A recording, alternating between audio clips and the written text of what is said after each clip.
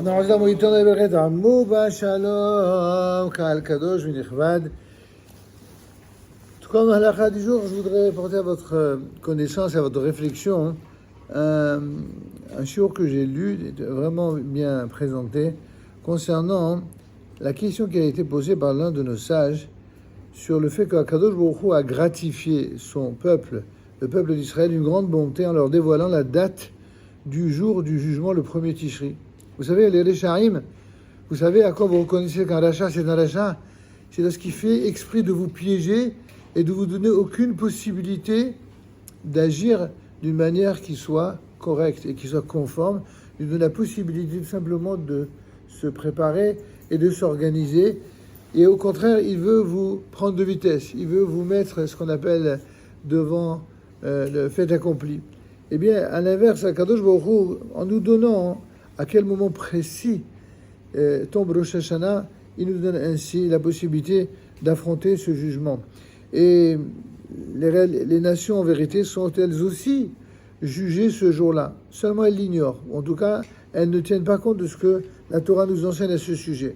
Et par conséquent, elles ne se préparent pas à affronter ce jugement, ce qui, d'une certaine manière, leur fait perdre beaucoup d'avantages dans ce monde-ci, mais aussi et principalement dans le monde futur.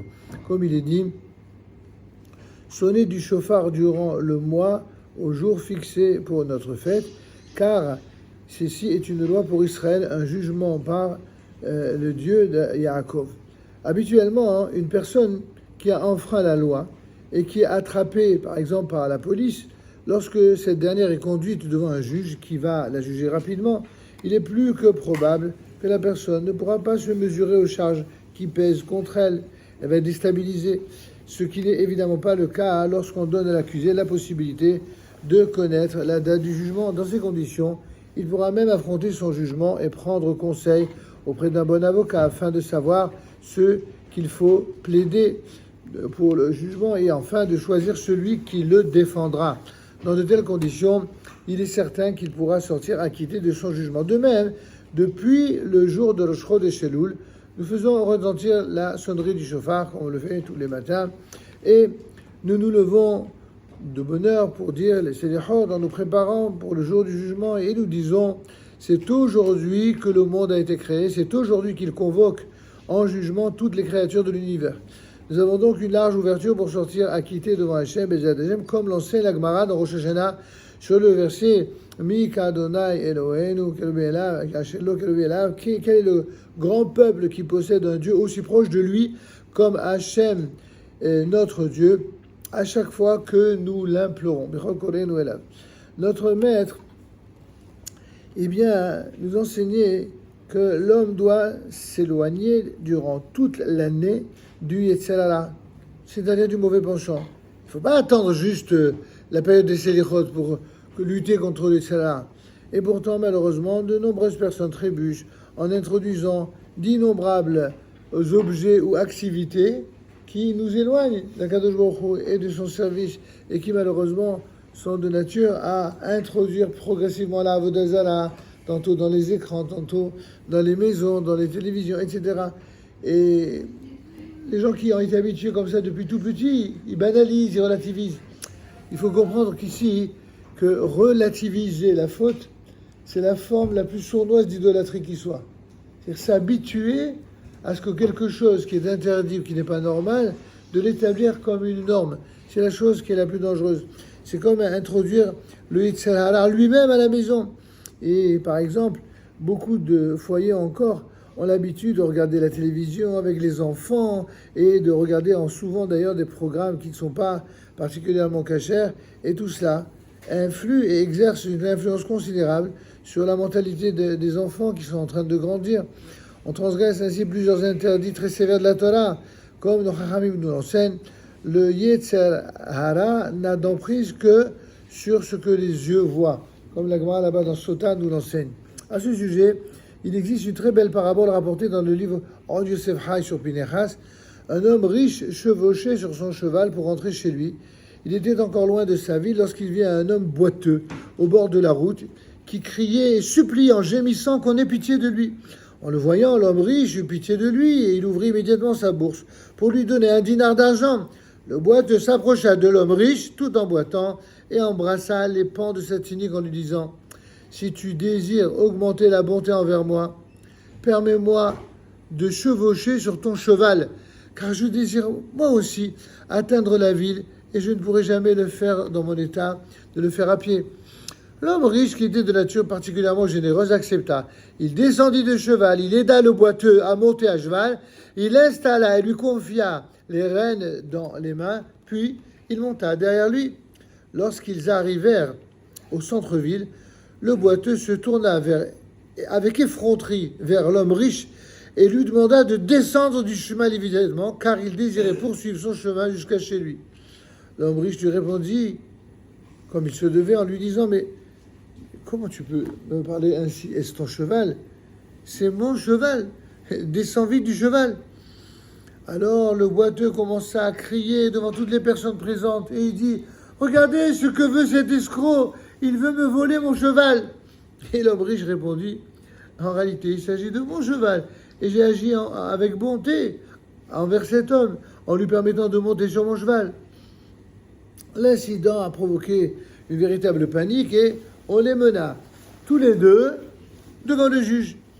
Et évidemment, ils présentent chacun leur réclamation. Le juge a senti que, en réalité, le cheval appartenait à l'homme riche, car des propos vrais, authentiques se distinguent. Mais il dit malgré tout à l'homme riche, « Mon ami, je sais que tu dis la vérité, mais que puis-je faire? Tu t'es privé toi-même de tes droits en installant le boiteux à ta place, à la place principale, alors que tu t'es toi-même installé derrière lui. Un tel fait atteste, comme 1000 témoins, que le cheval est au boiteux. Tu te devais de l'installer à l'arrière et de te garder toi-même les rênes dans les mains. Par conséquent, je ne peux présentement rien faire et je ne peux pas te restituer le cheval qui t'a été volé. » Vous avez bien compris la morale de cette histoire. Nous apprend que l'homme se doit de gérer ses propres actes. Et pas comme certains ont tendance à se mêler toujours de la vie des autres, ce que les autres doivent faire, ce que les autres doivent dire, comment qu'ils doivent parler. Non, non. Que chacun s'occupe de ses propres actes. Or, celui qui introduit justement sa propre, le moyen en quelque sorte de sa perte, celui qui introduit à l'intérieur de son foyer sa télévision, mais aussi celui qui possède un ordinateur qu'il utilise non pas pour le travail ou pour des choses qui sont fondées, mais qui sont utilisées avec une sorte de, ils appellent ça aujourd'hui un Internet sans filtre. Et il a déjà donné au Yetzer Hara le pouvoir de régner sur lui-même. Alors que répondra-t-il au jour du jugement lorsqu'on lui dira « Mais c'est toi qui as fait régner le Yetzer Hara sur toi-même et sur ton foyer ?»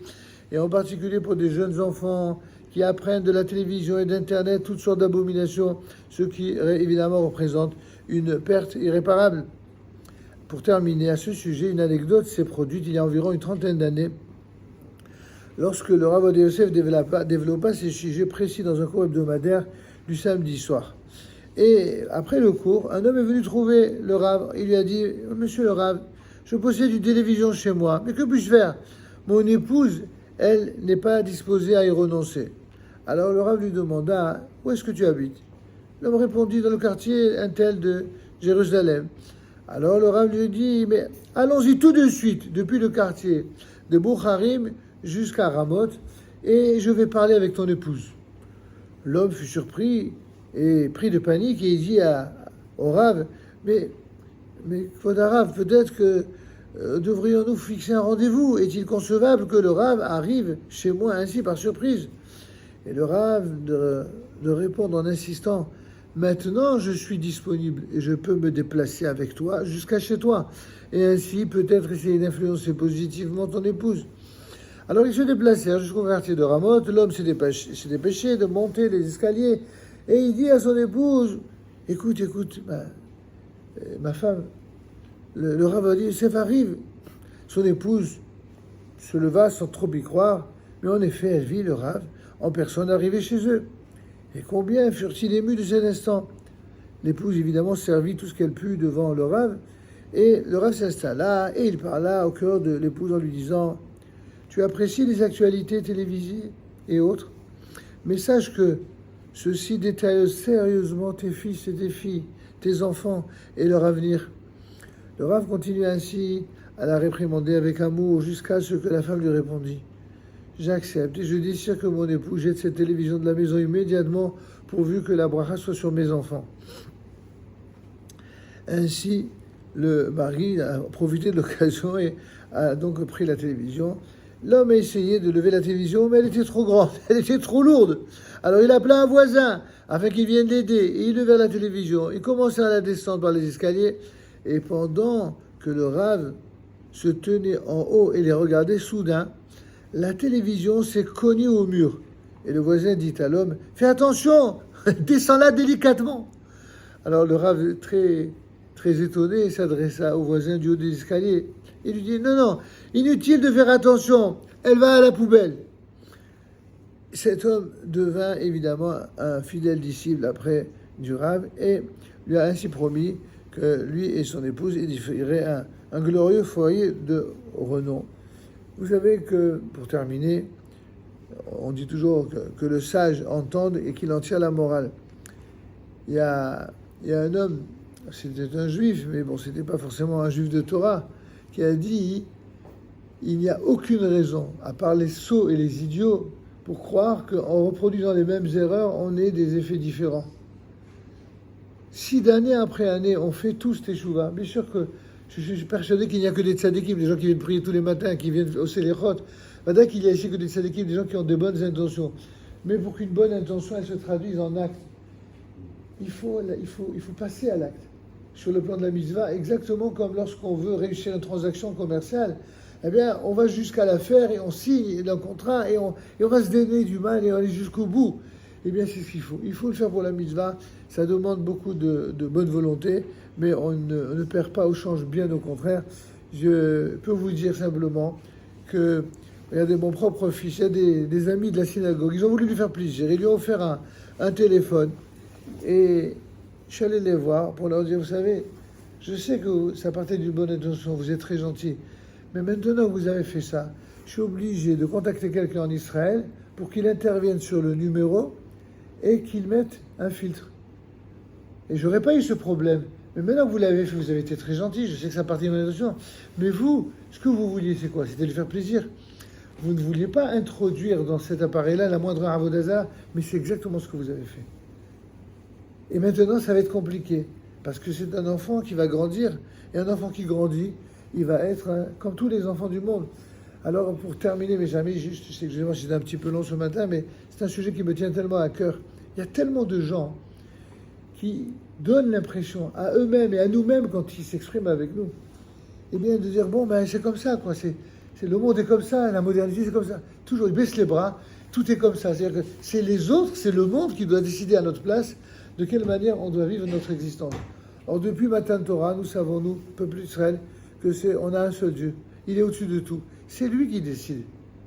Et nous essayons humblement de faire ce que lui nous demande. Il peut y avoir des hauts et des bas, on peut tous commettre des erreurs.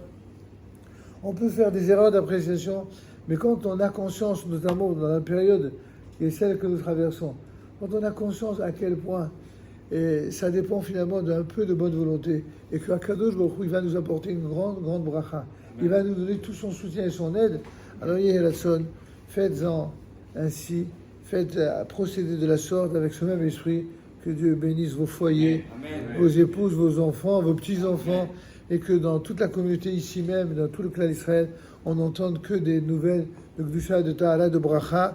Amen. Qu'il Ratson. Rabbi Hanan Rashon, Versa Kadosh, Baruch, Hu Lezgodol Vicha, Yel Balem Tolom Joshem, Al Nahajal Litora, Veyadir Kadish al Israël.